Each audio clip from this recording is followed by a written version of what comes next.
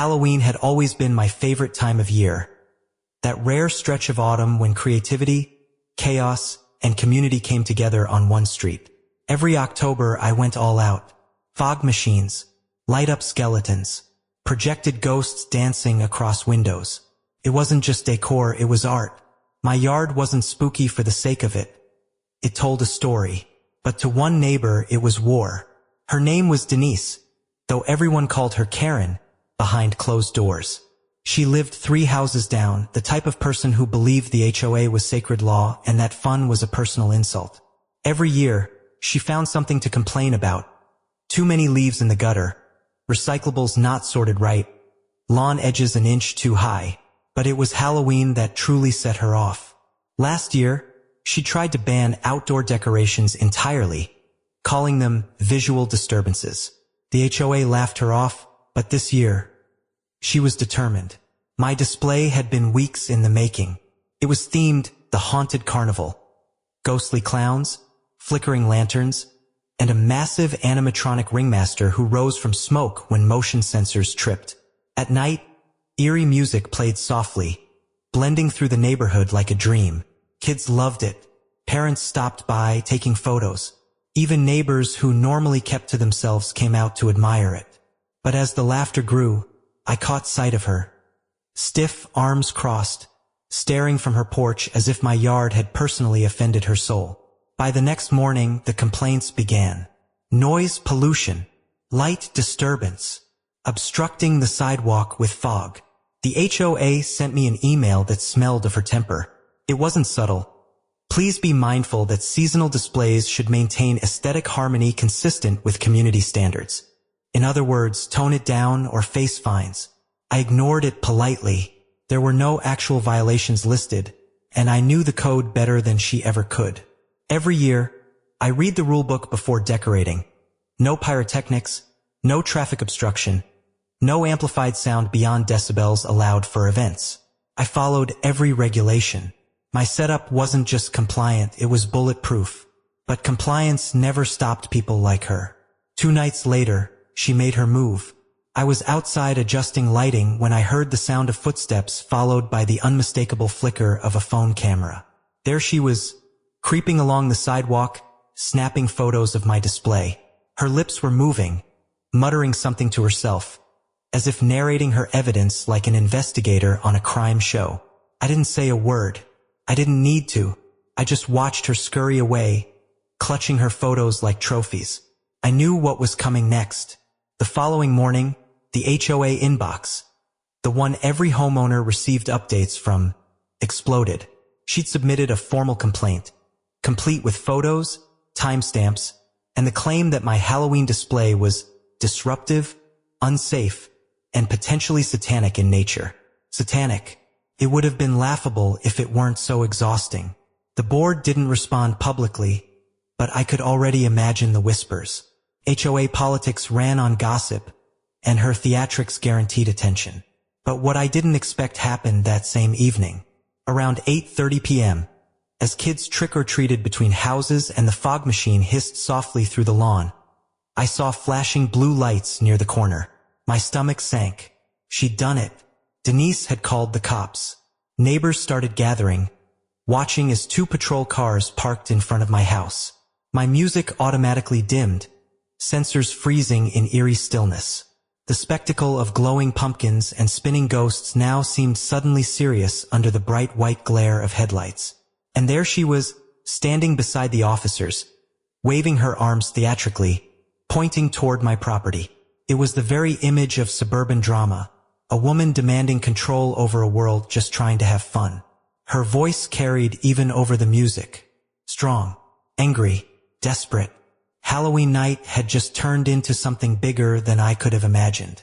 But as I watched the officers listening with calm expressions, hands resting casually on their belts, a strange calm washed over me. Because deep down, I knew something Denise didn't.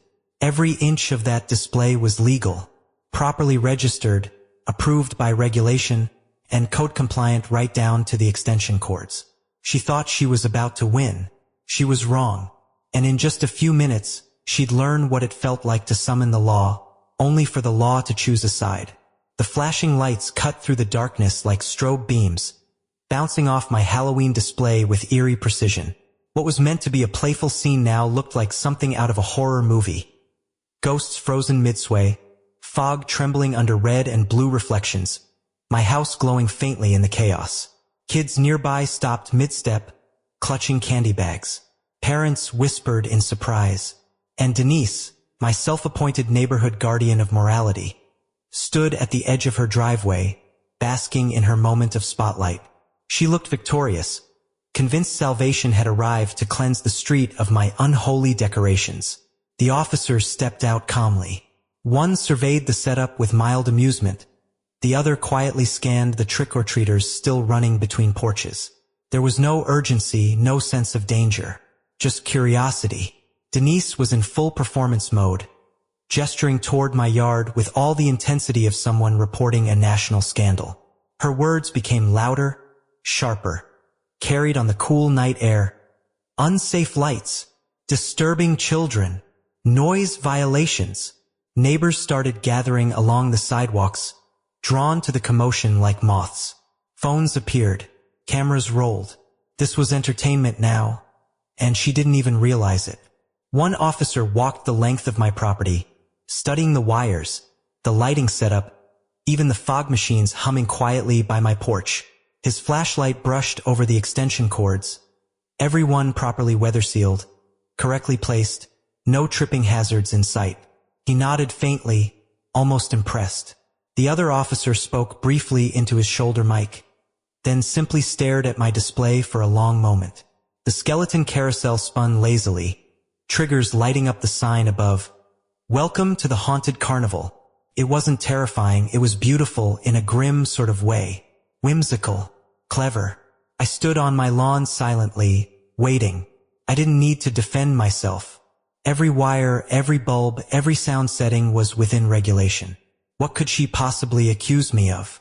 Decorating too well? After what felt like an eternity, one of the officers turned toward the crowd. And though I couldn't hear every word, the tone said everything.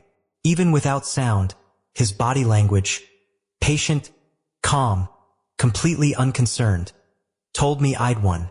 Denise's confidence started unraveling almost immediately. Her hands fluttered, her expression twisting between frustration and disbelief. She pointed again toward the lights, but the officers weren't interested anymore. They nodded politely, said a few words that clearly weren't what she wanted to hear, and began heading back to their cars. Her face drained of color as realization set in.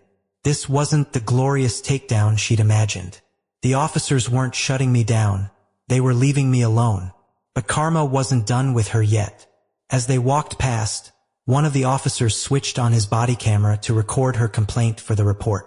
What nobody expected was for a bystander, probably one of the teens filming on their phone from the opposite curb, to upload the footage online that same night. Within hours, clips started spreading across local social media pages. Titles like, "Karen calls the cops on Halloween," "Get schooled by the law" started surfacing. Her meltdown was cinematic. Arms flailing, voice rising. The moment she realized she'd lost playing in perfect clarity through flashing lights and fog. The irony was striking. The very spectacle she'd tried to destroy had turned her into one. The next morning, everything changed. The HOA inbox, the same one she once weaponized for her grievances, was flooded. Residents, frustrated for years with her constant meddling, now had proof of her absurdity. Someone even clipped a segment of the officer nodding at my display before turning away smiling. The comment section exploded with unanimous approval. By mid-afternoon, the video had thousands of local shares. Her name became shorthand for exactly the kind of behavior everyone hated but rarely confronted. The first to talk to me afterward wasn't a neighbor. It was a news reporter. They asked if I'd like to discuss the viral incident, but I declined. I didn't need the fame. The footage had already done all the talking for me. That evening, I noticed something strange. For the first time all season, Denise's house was dark. No glowing porch light, no decorative pumpkins, no window lights peeking through drawn curtains. Just darkness. Her car remained parked. Her blinds stayed shut. She'd finally gotten what she'd wanted, In a way, all eyes on her, just not how she imagined. The rest of Halloween was perfect. The air was cool, the laughter loud. Kids danced through fog and candy floods, their costumes shimmering beneath strings of orange bulbs. Parents smiled again without tension. I played my soundtrack a little louder that night, confident in what I'd earned. Not through confrontation, but through preparation and patience. The next morning, I woke up to another HOA notice, but not from her. It was from the board itself, formally apologizing for any unnecessary disruptions or misunderstandings. The language was careful, neutral, but the message was clear. She was on her own. In just 24 hours, the balance of power had shifted entirely. This wasn't just a win for me. It was a warning. A reminder that control only lasts until truth catches the light. And as the fog machine sat quiet the next morning, the faint scent of smoke swirling through the air, I realized something satisfying. She tried to make my Halloween the scariest day of the year. And in the end, it was hers. By the next week, the neighborhood was buzzing, and not with Halloween spirit. The viral video had twisted the quiet streets of Willow Grove into a stage. Everyone had seen it by now. Denise shouting into the flashing lights, waving her arms, demanding justice while the officers fought to keep straight faces. What she didn't know was that the clip had reached well beyond our little cul-de-sac. It was being shared in city groups, homeowner forums, even national HOA discussion threads. For once, the internet wasn't arguing. They were united in laughter. Classic Karen meltdown. Cops deserve medals for patience. Homeowner handled it like a pro. I read the comments once, then closed my phone. It wasn't about gloating. Deep down, I just wanted peace. But for Denise, public embarrassment wasn't a lesson. It was fuel. For 2 days, she vanished. Her car stayed parked, blinds closed, porch light off.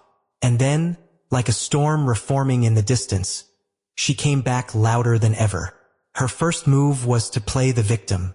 She emailed the neighborhood discussion board claiming the footage was edited misinformation, accusing me of bullying and orchestrating public humiliation. When that didn't gain traction, she tried to appeal to pity, complaining about emotional trauma and property value damage. No one responded. That silence was worse than mockery. The community she'd once ruled with endless complaints had suddenly stopped listening. Her words hit an empty wall of quiet exhaustion. By midweek, she resorted to flyers, printed letters taped to mailboxes and lampposts, long paragraphs defending her commitment to order and safety. But neighbors simply took them down. Her facade, that crisp authority she carried like armor, cracked everywhere she went. The HOA distanced itself completely. They published a short statement reminding everyone that seasonal decorations are welcome, a polite way of saying she no longer represented their authority. When I passed her house one morning, I noticed her decorations or lack thereof. A single wreath hung crooked on the door, dry leaves caught in its corners. The porch was barren, stripped of the pumpkins she'd once arranged precisely along her steps.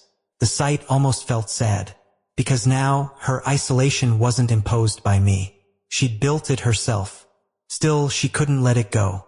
2 days later, she tried again, this time filing a noise disturbance claim with the city itself. I received a polite notice at the door requesting brief inspection.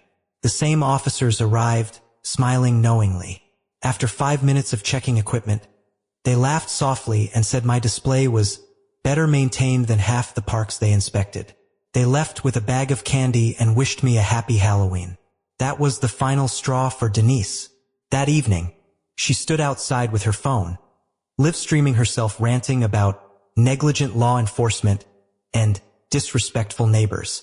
Her voice carried through the streets, trembling with rage. People peeked through blinds. No one intervened. The live stream caught maybe a few viewers, strangers sending sarcastic emojis as she spiraled. It was heartbreaking in a way. The woman who'd once thrived on being feared now stood shouting into a void that no longer cared. The irony of Halloween, a holiday about masks, wasn't lost on me. Hers had finally come off. That weekend, I shut down my decorations early not because of her, but because the season felt complete. The kids had fun, the neighborhood smiled again, and in its own strange way, justice had been served. Not through revenge, but through exposure. The viral clip had become more than gossip.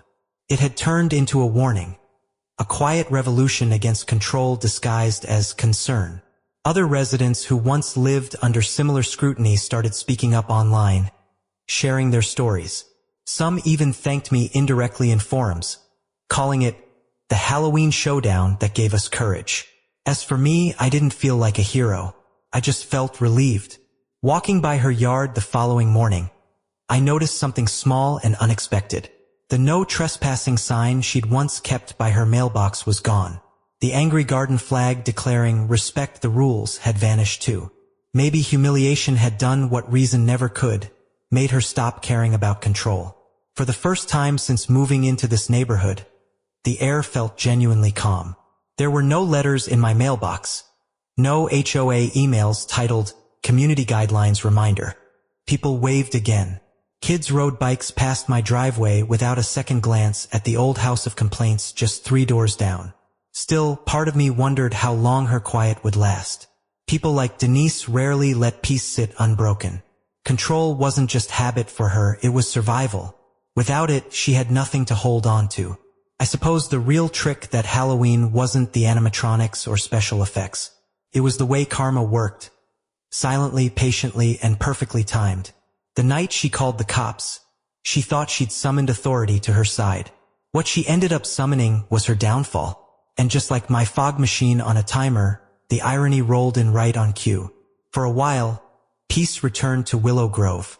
The echoes of laughter, the rustle of autumn leaves, and children's chatter replaced the tension that once hung over the neighborhood. It almost felt like things were normal again. A community breathing freely without a self-appointed enforcer hovering over every little detail. Almost, because karma, as it often does, wasn't done yet. Denise tried to keep a low profile after her viral embarrassment, avoiding public places and feigning indifference whenever neighbors mentioned Halloween. But humiliation doesn't fade evenly. In her, it fermented, quiet, simmering, desperate to reclaim control. So when Thanksgiving rolled around, she spotted her chance. Tradition in Willow Grove meant decorations stayed up no more than 3 days before and after a holiday. It was one of the many useless rules she'd once enforced with near-religious devotion. And while most of us ignored it, the HOA had always looked the other way until Denise got involved again. It started when my neighbor, the Miller family across the street, set up an elaborate Thanksgiving display. A big inflatable turkey, autumn garlands, and strings of amber lights. It wasn't excessive, not even close to my Halloween setup. It looked cheerful, welcoming, harmless. But to Denise, it was an opportunity. She showed up outside their lawn early one morning, phone in hand, pacing and muttering to herself. A few minutes later, she took pictures and left. By afternoon, the Millers received an HOA reminder email about adhering to post-holiday cleanup guidelines. The message was nearly identical to the ones she used to send. Her fingerprints were all over it. But this time, people were watching. The Millers didn't delete the email quietly. They posted screenshots, timestamp, sender address, tone, everything. The neighborhood group chat lit up like wildfire. Within an hour, people started replying with their own reminders, all of which seemed suspiciously identical, but worded just differently enough to sound personal. Denise's old tactics exposed themselves one by one. That's when karma decided to step in dramatically and hilariously. On the evening of the neighborhood's volunteer dinner, a small event where families contributed food for the shelter, Denise made her grand return. She appeared with a massive pumpkin pie, carried with one hand, her expression calm but tight. She clearly planned to act as if nothing had happened, as if she could rewrite her image through forced kindness. For a while, it worked. People politely accepted her contributions, smiling warily. But as she stepped onto the community center's newly finished patio, nature, or poetic justice, intervened. The concrete was slick from an early shower. Her kitten heels met the wet surface, and in one cinematic moment of karmic symmetry, her foot slid. The pie, perfectly balanced seconds earlier, launched into the air like a frisbee, flipped twice, and descended directly onto the HOA coordinator's pristine white jacket. The entire patio went silent. One frozen heartbeat where everyone processed what they'd just seen. Then, laughter. Loud, uncontrollable, liberating laughter. Even I, who had tried so hard not to gloat through months of her chaos, couldn't hold back a grin. She scrambled up immediately, cheeks flushed red, muttering apologies, but the damage, to both reputation and dignity, was irreparable. Someone caught the moment on camera. Of course, they did. The footage hit the local feed within hours, captioned simply, "When Pie meets Karma." Millions didn't watch it this time. Only the neighborhood did. But that was enough. By morning, Denise's name was gone from every HOA email header and administrative document. A quiet vote had been held the night before. The board unanimously decided to suspend her participation effective immediately. Her empire of control, rebuilt in whispers and complaint emails, had crumbled a second time, this time under far fewer flashing lights. In the days that followed, her house went silent again. No decorations, no flyers, no visits from the HOA, just stillness, a kind of peace the neighborhood had earned through months of unnecessary chaos. The Millers sent her a polite note wishing her a speedy recovery from the incident. Though the kind tone wasn't fooling anyone, everyone knew this was her final chapter.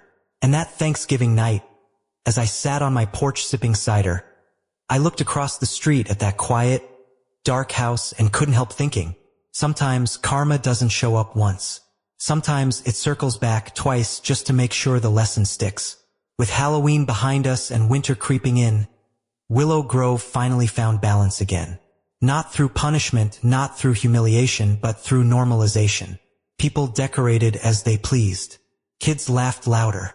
And the woman who once called the cops on Joy had faded into the background. A cautionary tale we'd never forget. But what none of us knew yet was that her story wasn't completely over. Because karma, persistent as ever, had one last surprise waiting for her before the year's end. By December, most of the neighborhood had moved on. The viral video felt like a distant memory now.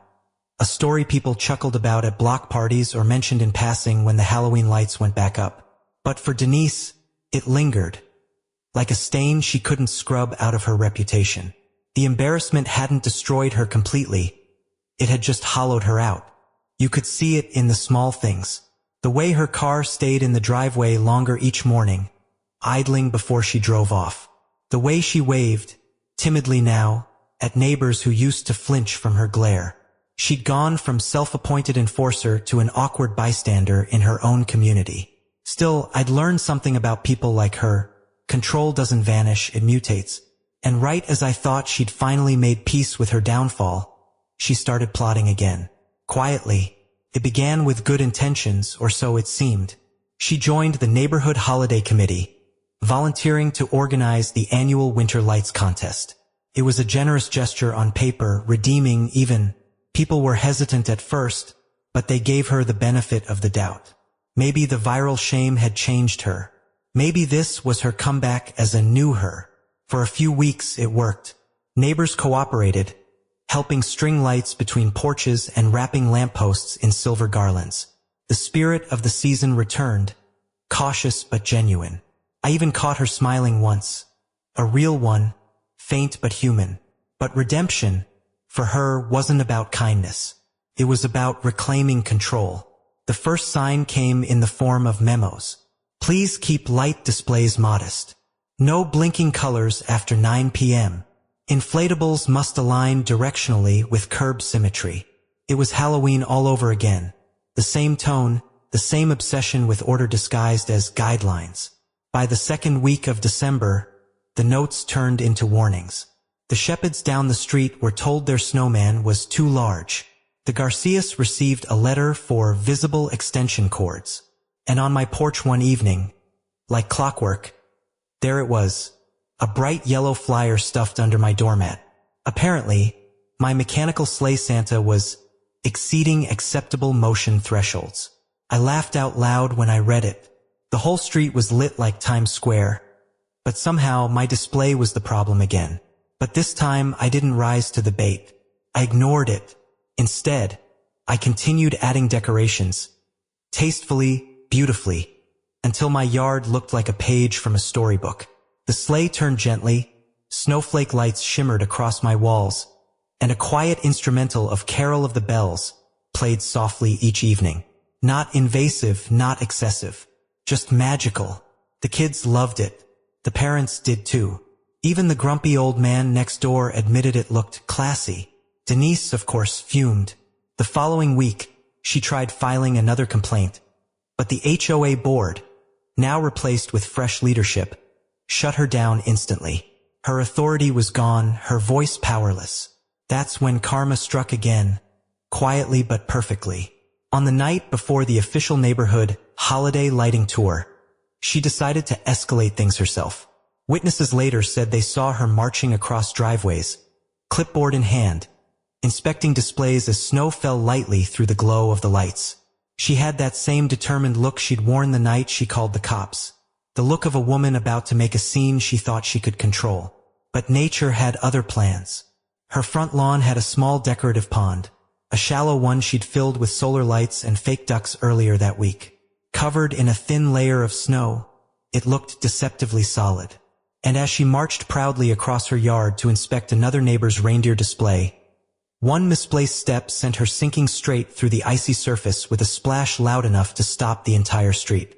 All at once, floodlights, laughter, and panic filled the air. People rushed forward, but she climbed out on her own, drenched, humiliated, and speechless, her clipboard floating beside her like a defeated banner. No one gloated this time. The laughter that spread wasn't cruel, it was cathartic. Because for the first time, she wasn't angry. She just stood there, shaking her head in disbelief, muttering something none of us could hear. The next day, her pond was gone, drained, covered, and filled with gravel. So were the memos, the warnings, the complaints. For the rest of the season, her house stayed quiet. No lights, no decorations, no drama, just calm. It was strange, the peace that followed. Not the kind that comes from winning, but the kind that comes when the fight finally ends. She'd stopped trying to outshine, outcontrol, or outsmart anyone. And maybe, just maybe, she learned what the rest of us already knew. That joy can't be regulated. That control can't create happiness. By New Year's, she started waving again. Not out of habit, this time sincerely. The kind of small, tired wave that says, "I'm done fighting." When I saw her next, I thought about how poetic it all was. She'd spent months trying to police lights, only to be publicly soaked by the reflection of her own. I never mentioned it to her. I didn't need to. Some lessons don't need words. As snow dusted across Willow Grove in quiet drifts that winter, I watched the neighborhood glow. Every house unique, every porch alive with color. And for the first time, not even Denise dared to dim it. Halloween had shown her what happens when control meets community. Thanksgiving exposed how isolation crumbles power. Christmas taught her the hardest lesson of all, humility. And though I never wished her harm, part of me hoped she'd remember the sound of laughter that night. Not as cruelty, but as release. Because that was the true gift she gave the neighborhood that year, even if she didn't mean to. She gave us permission to laugh again, to decorate, to live. And maybe, just maybe, she learned that the brightest lights aren't the ones you hang on a house. They're the ones you stop trying to turn off for everyone else.